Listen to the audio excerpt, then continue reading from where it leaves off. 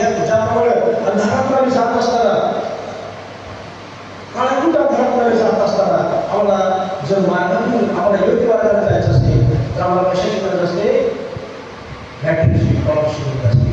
जर बॅटरी जर आमच्याकडे नसेल तर आम्ही रस्ता भटकू शकतो, आम्ही कुठे जाऊ शकतो. पण बॅटरी जर आमच्याकडे असेल तर त्या बॅटरीच्या प्रकाशात आम्ही योग्य मार्गाला जाऊ शकतो.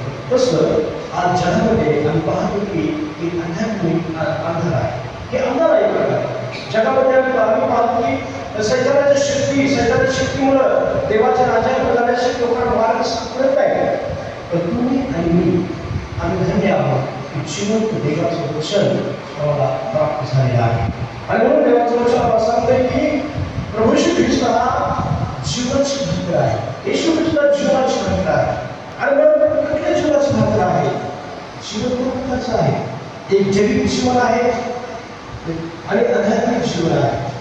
आणि जैविक जीवन जगण्यासाठी, शरीर आम्हाला जगवण्यासाठी आम्हाला कशाची गरज आहे?